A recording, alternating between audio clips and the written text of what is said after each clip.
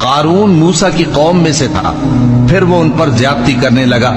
اور ہم نے اس کو اتنے خزانے دیے تھے کہ ان کی کنجیاں ایک طاقتور جماعت کو اٹھانا مشکل ہوتی۔ جب اس سے اس کی قوم نے کہا کہ اترائیے مت، کہ اللہ اترانے والوں کو پسند نہیں کرتا،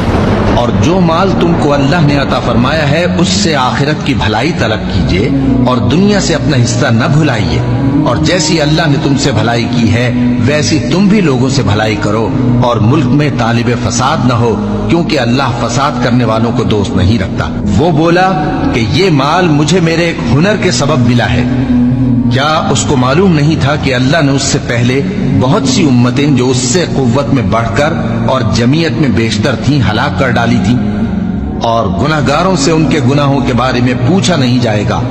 تو ایک روز قارون بڑی آرائش اور ٹھاٹھ سے اپنی قوم کے سامنے نکلا۔ جو لوگ دنیا کی زندگی